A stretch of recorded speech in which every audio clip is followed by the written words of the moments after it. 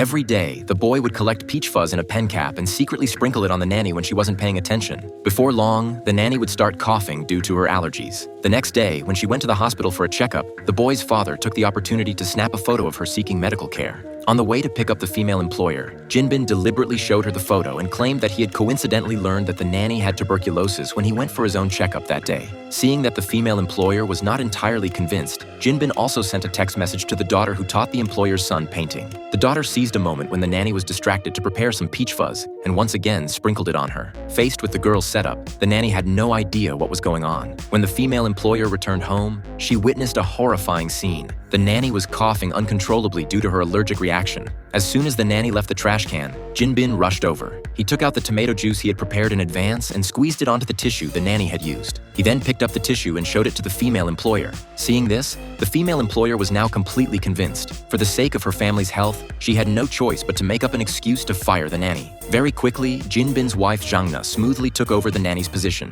Just like that, their family of 4 all came to work in the wealthy family's home. They began living the parasitic life that many people envied, but they weren't satisfied with just that. The next day, when the wealthy family went out camping, Jinbin's family held a private party in the mansion. In the evening, they even took out the wealthy family's fine wine to celebrate, as if they had truly made the mansion their own home. However, just as they were happily chatting about their future, the doorbell suddenly rang. Zhang Na went to check and found that it was Xianzhu, the nanny who had been fired earlier. She told Zhang Na that she had left in such a hurry the other day that she had forgotten to take some of her things. Seeing that Xianzhu didn't seem to be lying, Zhang Na didn't think too much of it and let her in. Little did they know that this would cause their family's beautiful dream to completely shatter. Xianzhu then walked toward the back of the liquor cabinet. After more than 10 minutes, she still hadn't come out. To figure out what Xianzhu was doing in there, Zhang Na decided to go down and check on the situation. To her surprise, after going down and making countless turns, she finally saw Xianzhu. It turned out that Xianzhu's husband, who had committed a homicide case several years ago, had been hidden by her in this basement the whole time.